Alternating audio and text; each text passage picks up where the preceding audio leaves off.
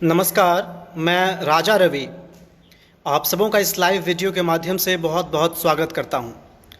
सबसे पहले मैं बहुत बहुत धन्यवाद देता हूं बिहार स्वाभिमान आंदोलन की इस पूरी टीम का, जिन्होंने मुझे एक काफ़ी अच्छे विषय, जो कि अभी समवर्ती समय का काफ़ी बेहतरीन विषय है, नई शिक्षा नीति, इसके ऊपर मुझे आप सबों के सामने आमंत्रित किया है।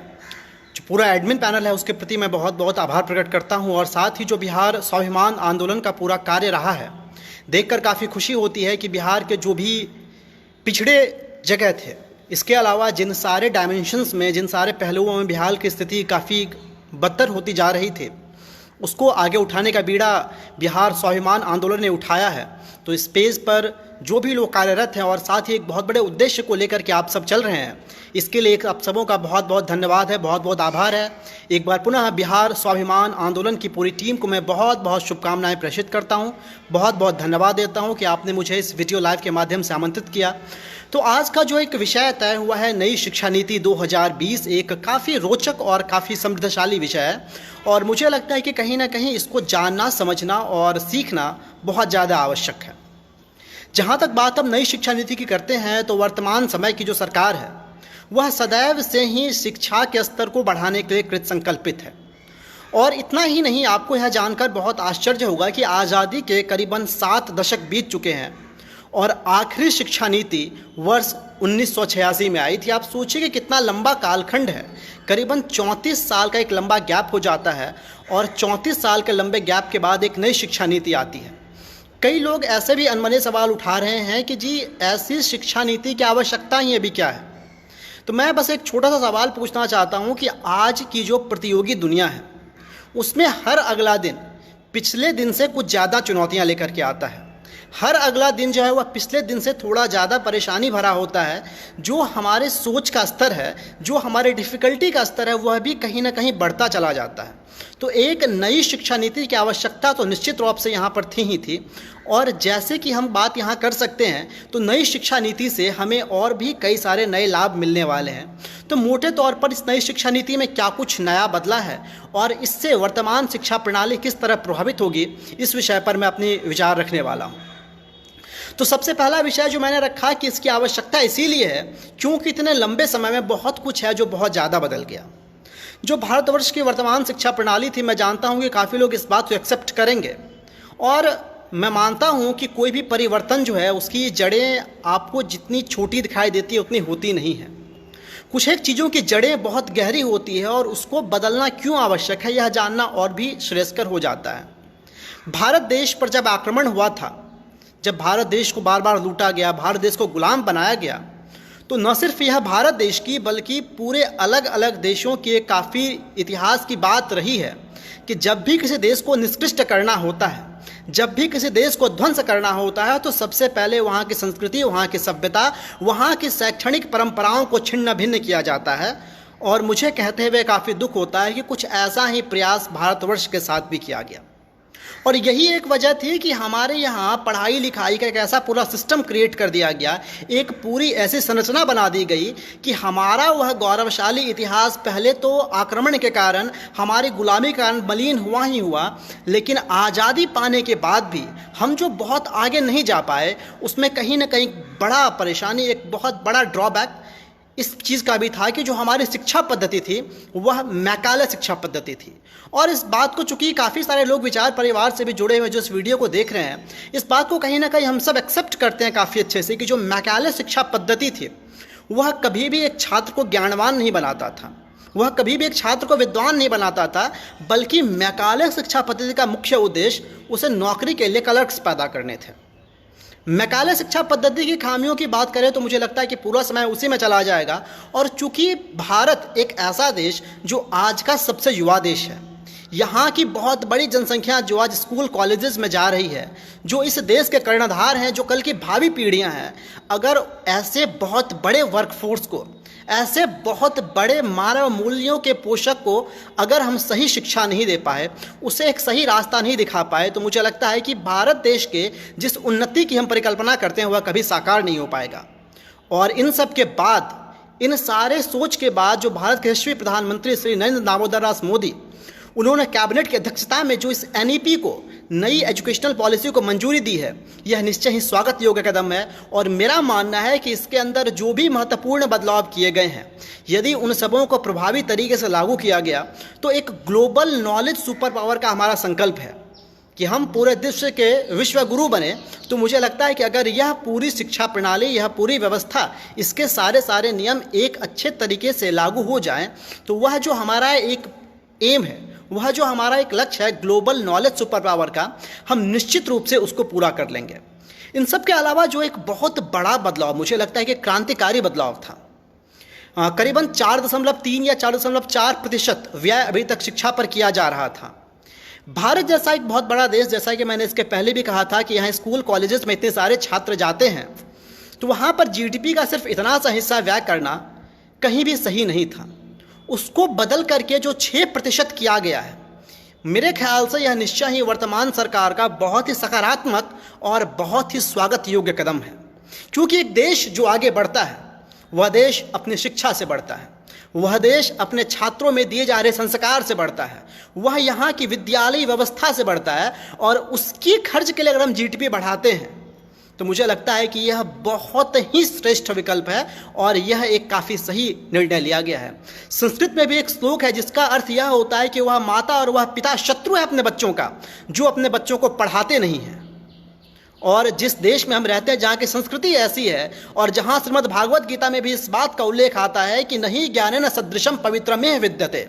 अर्थात ज्ञान के समान पवित्र करने वाला इस संसार में कुछ भी नहीं, वहाँ ज्ञान के ऊपर खर्च को अगर हम बढ़ाते हैं तो मुझे लगता है कि यह भारत देश में किया गया सर्वश्रेष्ठ निवेश है। और भारत की शिक्षा पद्धति में किया गया इन्वेस्टमेंट आगे चल के एक बहुत बड़े विशाल वट वृक्ष के रूप में फलीभूत होगा और भारत एक बार पुनः ग्लोबल नॉलेज सुपर पावर और विश्व गुरु के रूप में स्थापित होगा।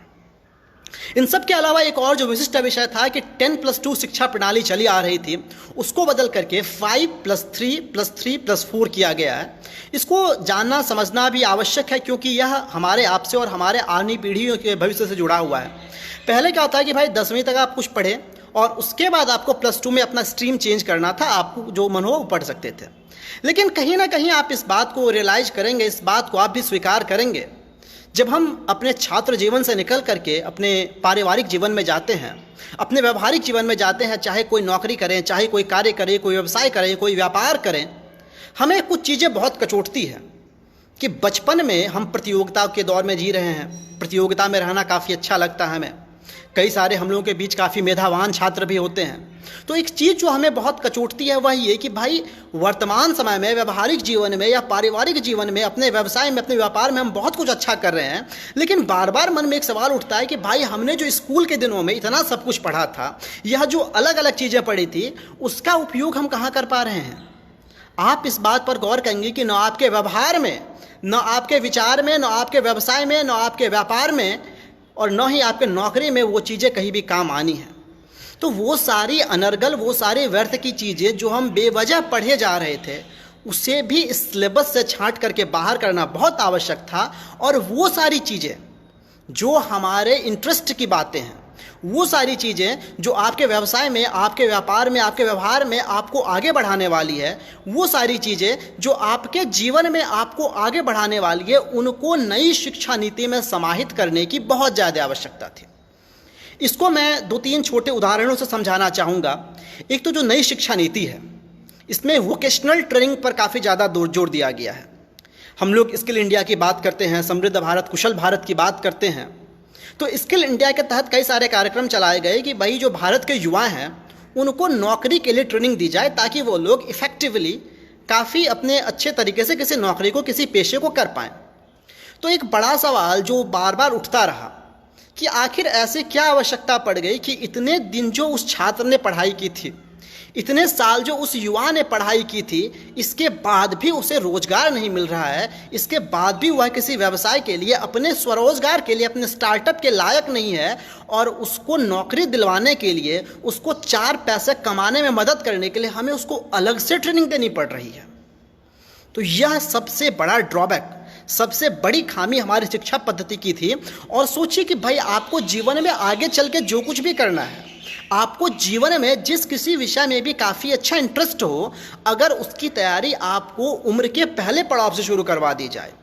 आपको उसमें अभिरुचि उम्र के पहले पड़ाव से आ जाए और आपको उसी चीज़ के लिए बार बार लगातार ट्रेनिंग दी जाए, तो मैं कहता हूं कि बहुत दिनों के बाद पढ़कर व्यावसायिक डिग्री लेना बहुत दूर की बात है। लेकिन आप यदि व्यावसायिक शिक्षा जो कक्षा 6ठी से शुरू किया गया है, क्लास 6 से आपको रोजगार परक शिक्षा यानी कि ऐसी शिक्षा जो कल को आपको रोजगार लेने में मदद करेगी, वह दी जाएगी, तो मुझे लगता है कि उसके बाद कुछ ही वर्षों में आप काफ़ी बेहतर काम कर पाएंगे। एक लाइन काफ़ी ज़्यादा अभी दौड़ रहा था कि क्लास 6 से कोडिंग सिखाई जाएगी। जी हाँ, कई सारे बच्चे होते हैं, उनका बहुत इंटरेस्ट होता है कि हमें कंप्यूटर साइंस सीखनी है भैया, कि कंप्यूटर साइंस में काफ़ी अच्छा इंटरेस्ट है, हम सॉफ्टवेयर्स बनाएंगे, सॉफ्टवेयर डेवलप करेंगे, एंड्रॉयड के एप्लीकेशंस बनाएंगे। तो अभी क्या होता था कि भाई 10वीं तक आप सब कुछ पढ़ रहे हैं, 11वीं 12वीं तक बहुत कुछ पढ़े हैं, अब उसके बाद आपको बीटेक में सीएससी करना होगा। मुझे लगता है कि इतने उम्र के पड़ाव जाने के बाद अगर आप कोडिंग सीखना शुरू करते हैं, वह कोडिंग जो आपकी व्यावसायिक योग्यता होगी, जो आपको जीवन में 4 पैसा कमाने में मदद करेगी, अगर वही कोडिंग का विषय आप क्लास 6 से सीखना शुरू करें, तो मुझे लगता है कि 12वीं आते आते आप इतने बेहतर, इतने स्किल्ड और इतने अच्छे उस विषय पर हो जाएंगे कि आप बड़े से बड़े सुरमाओं को अपने सामने फेल कर देंगे। यह काफ़ी व्यावहारिक, काफ़ी प्रैक्टिकल विषय है, लेकिन यह जानना बहुत आवश्यक है कि सब कुछ इतना आंखों के सामने होने के बाद भी, सब कुछ इतना प्रैक्टिकल होने के बाद भी इसे लागू होने में इतना देर क्यों हो गया। तो निश्चय ही जो भारत की वर्तमान सरकार है, उसने इसके ऊपर जो एक बहुत स्पष्ट परिपाटी रखी है कि हमें शिक्षा के जरिए अभी देश में निवेश करना है और शिक्षा के जरिए ही देश को सुपर पावर बनाना है, और उसके लिए जो नई शिक्षा नीति आई है, यह निश्चय ही स्वागत योग्य कदम है। इन सब के अलावा जो बच्चों में एक्स्ट्रा टैलेंट होता है, इसके ऊपर विशेष जोर दिया गया है। जो कला की बात हम करते हैं, संस्कृति की बात करते हैं, जो हम म्यूजिक की, संगीत की बात करते हैं, हम सबको पता है कि हमारे बीच कई सारे ऐसे छात्र हैं जो कि इन सारे विषयों में काफ़ी अच्छे होते हैं। हमें पता है कि हमारे बीच कई सारे ऐसे छात्र हैं जो कि चित्रकारी में काफ़ी अच्छे हैं, कई सारे ऐसे छात्र हैं जो गीत संगीत में बहुत माहिर हैं, बहुत प्रवीण हैं। लेकिन कहीं ना कहीं जो वर्तमान शिक्षा पद्धति थी, जो वर्तमान शिक्षा नीति थी, उसके ऊपर एक मानसिक दबाव होता है। उसके माता पिता या फिर समाज उसको यह कहते हैं कि भाई देखो, तुमको इस परीक्षा में इतने प्रतिशत अंक लाने हैं, उसके बाद तुम जो चाहो कर सकते हो। तुमको 12वीं में गणित में 95% नंबर आने चाहिए, 95% मार्क्स ले आओ, उसके बाद तुम्हारा मन जो होगा वह तुम करना। तो सोचिए कि वह बच्चा जो गीत संगीत के क्षेत्र में काफ़ी अच्छा कर सकता था, वह बच्चा जो खेल कूद में काफ़ी अच्छा कर सकता था, वह बच्चा जो पेंटिंग्स के क्षेत्र में काफ़ी बेहतर, काफ़ी अच्छा अपना नाम, नए कीर्तिमान स्थापित कर सकता था, अगर उसके मस्तिष्क पर हम इस बात का बेवजह प्रेशर डालें कि नहीं भाई, तुमको गणित में 95 नंबर लाने हैं, तुम्हें अर्थशास्त्र में 98 नंबर लाने हैं, तुम्हें अंग्रेजी सीखनी ही होगी, तो मुझे लगता है कि कल को वह बच्चा न अच्छा गणितज्ञ बन पाएगा और न ही अच्छा साहित्यकार बन पाएगा, न ही अच्छा चित्रकार बन पाएगा। तो एक जो काफ़ी अच्छी, काफ़ी सुदृढ़ व्यवस्था की गई है, जो कि बहुत ही स्वागत योग्य कदम है, जो हम लोग इस बात को समझ सकते हैं कि भाई नई शिक्षा नीति में इन सब चीज़ों को समावेशित करना, क्योंकि हमारा यह मानना है और आप सबों का भी अवश्य ही यह सोच होगा कि हर एक बच्चा अपने आप में काफ़ी टैलेंटेड होता है, हर एक बच्चे में कोई ना कोई काफ़ी अच्छी खूबी होती है, तो क्यों ना उसकी हम उस खूबी को पहचानें और उसके भीतर उसकी उसी विशेषता को डेवलप करें, उसका विकास करें और उसको इस चीज़ के लिए तैयार करें कि भाई आप जिस बात में अच्छे हो। क्योंकि आज हम जिस दौर में रह रहे हैं, जिस परिवेश में रह रहे हैं, यहाँ पर रोजगार की भरमार है, लेकिन आवश्यकता है कि हम उस रोजगार के लिए सही तरीके से हमें ट्रेनिंग मिले, हम उसको सही तरीके से समझ पाएँ, सही तरीके से सीख पाएँ। स्टार्टअप्स का दौर है, कई सारे ऐसे स्टार्टअप्स के भी एग्जाम्पल है जहाँ पर कि लोगों ने लीक से हट करके सोचा और उनका आइडिया आज काफ़ी हिट है, वो अरबों रुपए की कंपनी है आज। लेकिन अगर उन सारे लोगों को इस बात में उलझा दिया जाता है कि नहीं, आपको फलाने तरीके से ही पढ़ाई करनी है और इतने साल तक ऐसी पढ़ाई करती रह जानी है, तो मुझे लगता है कि जो एक श्रेष्ठ, जो हमारा व्यवहारिक विकास होना चाहिए था, जो हमारा मानसिक विकास होना चाहिए था, वो कहीं ना कहीं अवरुद्ध हो जाएगा। वर्तमान शिक्षा पद्धति की जब हम बात करते हैं तो न सिर्फ एडुकेशन बल्कि एग्जामिनेशन में भी काफ़ी सारे बदलाव किए गए हैं। और हम सबों को इसके बारे में जानना भी कतिपय आवश्यक है। अभी तक का जो एग्जामिनेशन का पैटर्न है, जो परीक्षा की व्यवस्था है, उसमें ऐसा होता है कि रटंत विद्या पर काफ़ी ज़्यादा जोर हम लोग देते हैं। होता है क्या है कि भाई कल को परीक्षा है, आज बच्चे ने फेयर कॉपी उठाई, एक तरफ से 12 प्रश्न रट लिए, कल जाके 8 प्रश्न लिख दिए, उसको 95 नंबर आ गया, बच्चा बहुत खुश। लेकिन मैं एक सवाल वीडियो लाइव में जुड़ने वाले सभी लोगों से पूछता हूँ कि क्या ऐसी शिक्षा जिसका असेसमेंट हम इस आधार पर कर रहे हैं कि कल को उसने कितना याद किया और आज वह अपने आंसर शीट में, अपनी उत्तर पुस्तिका में उस विषय को कितना लिख पाया, क्या इससे हम कभी भी एक श्रेष्ठ शिक्षा का उदाहरण स्थापित कर पाएंगे? हमें इस बात को बहुत अच्छे से समझना होगा कि भाई जब तक यह रटंत विद्या हावी रहेगी, जब तक बच्चों की आकलन का पैमाना उसके रटने की शक्ति होगी, तब तक वह बच्चा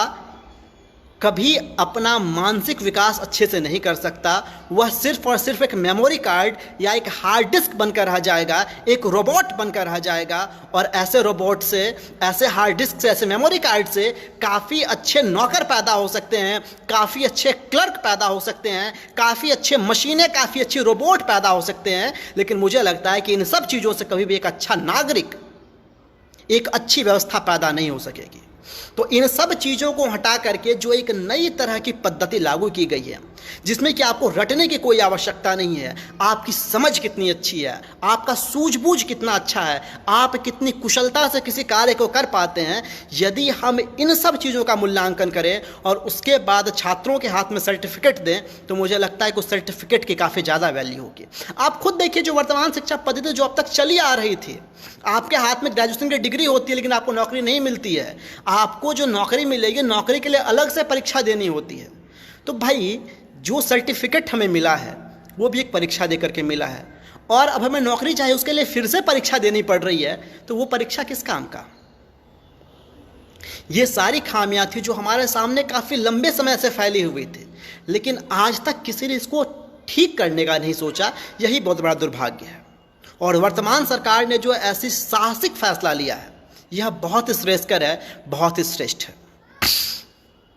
इन सब के अलावा भारतवर्ष में एक बहुत बड़ी समस्या है और उसको लेकर के हम सब सदैव आंदोलनरत रहते हैं। और जो बिहार स्वाभिमान आंदोलन की पूरी टीम है, इस चीज़ को लेकर के आप लोग भी कहीं ना कहीं काफ़ी मुखर रहे हैं कि शिक्षा प्रणाली में काफ़ी विविधता है। जो प्राइवेट स्कूल्स हैं वो इतनी ज़्यादा फ़ी लेते हैं, कई तरह के नियम चला कर रखते हैं, और इससे कहीं ना कहीं जो छात्र हैं उनको काफ़ी ज़्यादा परेशानियां होती हैं। तो नई शिक्षा नीति में इस बात का भी विशेष ध्यान रखा गया है कि जो शिक्षा की व्यवस्था हो वह कहीं ना कहीं एक समान हो, और भले ही प्राइवेट स्कूल्स अपनी अलग तरीके से शिक्षा चलाएं, उनका अलग स्कूल्स हो, लेकिन एक पूरी कमेटी इस बात को लेकर के बनेगी कि भाई जो स्कूल की फ़ी है उस पर एक मॉडरेशन कमेटी बनाई जाए कि स्कूल में आप किन किन चीज़ों के लिए फ़ी ले सकते हैं,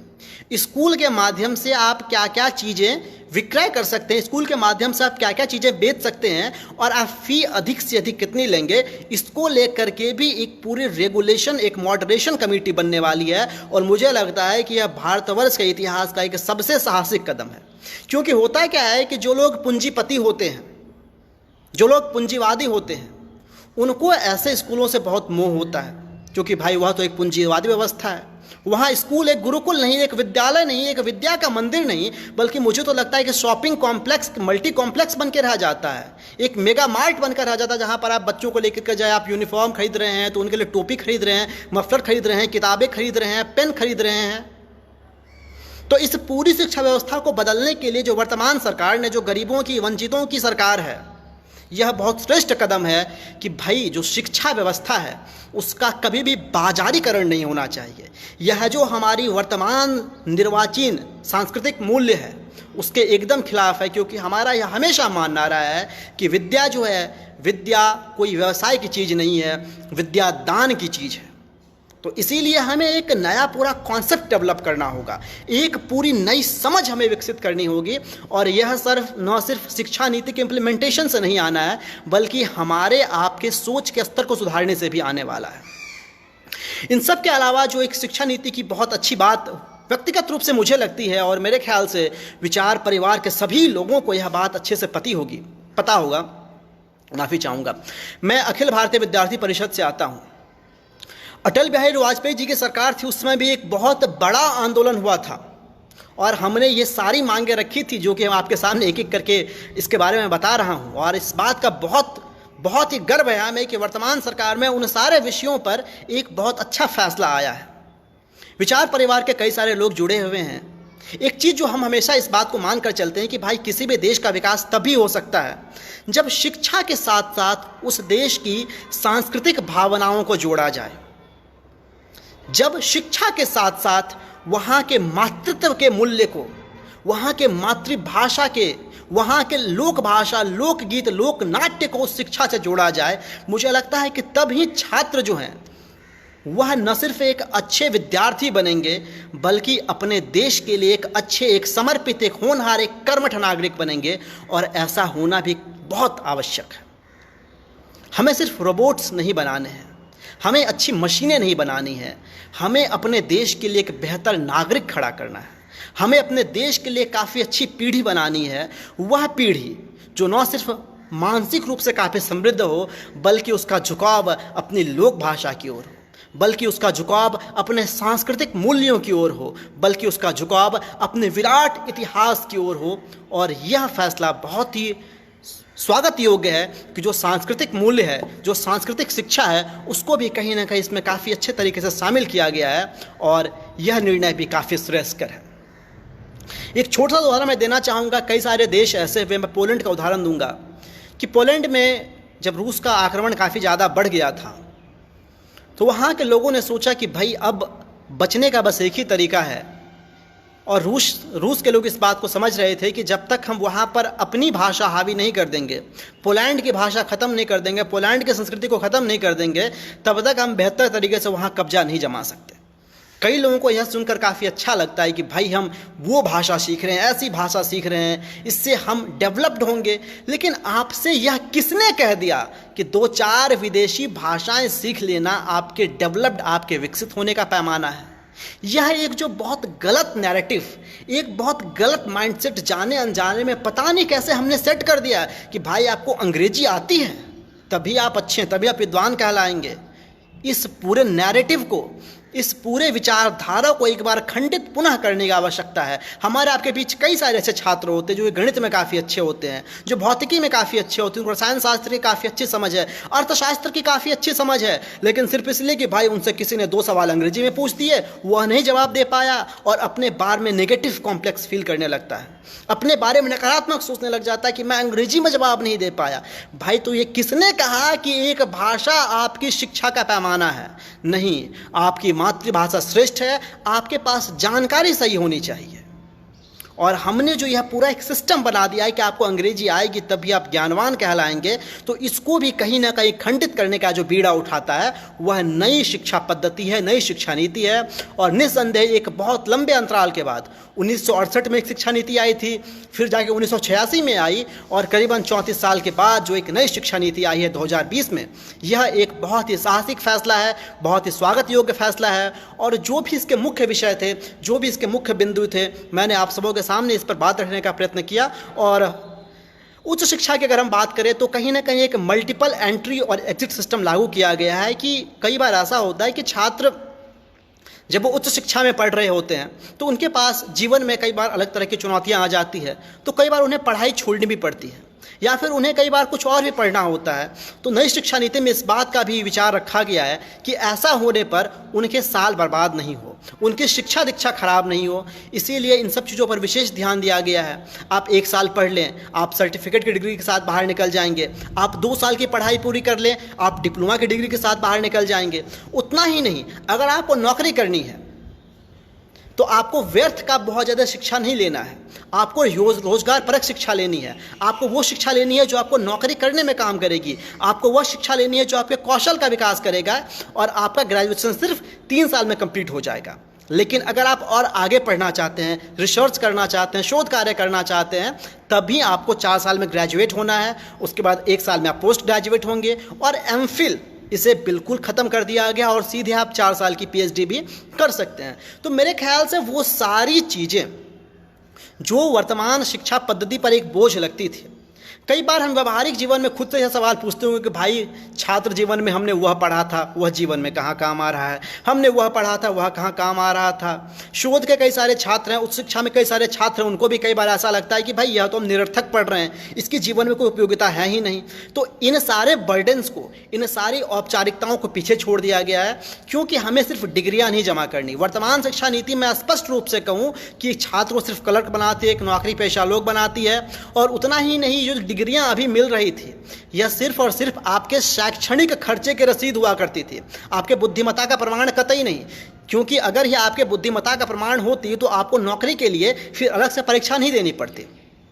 तो ऐसे जो भी बर्डन्स थे, जो कोई खामियां थी, उन सबको दूर करने का बहुत अच्छा प्रयास किया गया है। जो सांस्कृतिक मूल्य थे भारत के, जो धरोहर हुआ करते हैं, उसको पुनः स्थापित करने की कोशिश की गई है। छात्रों में रोजगार के लिए उनमें कौशल जो है वह जीवन में क्या करना चाहते हैं, इन सब चीज़ों को लेकर के बचपन से उनको उन्मुख किया जाएगा। रोजगार के लिए कक्षा 6ठी से ही उनको अच्छे से तैयार किया जाएगा कि आगे आप क्या करना चाहते हैं। इन सब के अलावा जिनमें गीत संगीत की रुचि है, जिन छात्रों में पेंटिंग की रुचि है, वो सब लोगों को एक अलग से शिक्षा पद्धति दी जाएगी कि आप उसी क्षेत्र में काफ़ी बेहतर करें। उनके ऊपर अलग से इस बात का मानसिक दबाव नहीं रहेगा कि भाई वो जो कुछ नहीं पढ़ना चाहते उनके लिए उन्हें प्रेशर दिया जाए। नहीं, ऐसा बिल्कुल नहीं है। आप जो पढ़ना चाहते हैं उसमें मन लगाकर पढ़ें, काफ़ी अच्छा करें और उसको लेकर कहीं अपने जीवन में आगे बढ़े। क्योंकि आज का दौर पूरा बदल चुका है। आज स्टार्टअप्स का ज़माना है, कई तरह के नई सारे रोजगार निकल रहे हैं, कई अलग अलग तरह की नौकरियां हमारे पास है, अलग अलग व्यवसाय, अलग अलग व्यापार हमारे पास है। और उनके लिए हमें बिल्कुल अलग तरह के स्किल्स चाहिए। और उन सब चीज़ों को आप तक डिलीवर करने के लिए, आप तक पहुंचाने के लिए यह जो नई शिक्षा नीति है यह प्रतिबद्ध है, यह कटिबद्ध है। और साथ ही जो स्कूल ड्रॉप आउट की समस्या है, कई सारे बच्चे जो स्कूल छोड़ दिया करते हैं, उन सबको वापस स्कूल में लाने का एक बहुत महत्वाकांक्षी कार्यक्रम तय किया गया है कि ऐसे सभी छात्र जो स्कूल छोड़ दिए हैं उन्हें किसी भी तरह वापस स्कूली शिक्षा में वापस लाया जाए। और साथ ही जो 5 से 14 साल की उम्र थी अभी अनिवार्य शिक्षा की, मुफ्त शिक्षा की, उसको 3 साल से 18 साल किया गया है, जो कि अपने आप में काफ़ी साहसिक, काफ़ी समझदारी और काफ़ी सूझबूझ बड़ा फैसला है। और जैसा कि मैंने बार बार और लगातार कहा है कि भारतीय मूल्यों के लिए, भारत के सांस्कृतिक विरासत के लिए यहाँ की शिक्षा, यहाँ की विद्या, यहाँ के संस्कार, ये सब कुछ हैं। तो इन सब को समाहित करते हुए एक आय का बहुत बड़ा हिस्सा, जीडीपी के पूरे 6% खर्च करने का एक निर्णय लिया गया है, जो अपने आप में काफ़ी स्वागत योग्य है। एक बार पुनः बिहार स्वाभिमान आंदोलन की पूरी टीम को बहुत बहुत धन्यवाद कि आपने काफ़ी अच्छे विषय के साथ मुझे यहाँ आमंत्रित किया। वीडियो लाइव के माध्यम से जुड़ने वाले आप सभी युवा साथियों का, सभी अग्रजों का बहुत बहुत धन्यवाद, बहुत बहुत आभार। मेरी जहाँ तक समझ थी और जो कुछ भी मुझे नया और नया बेहतर लगा इस शिक्षा नीति को लेकर के मैंने आप सबों के सामने रखा है। एक बार पुनः आप सबों का बहुत बहुत धन्यवाद, बहुत बहुत आभार। वंदे मातरम। भारत माता की जय।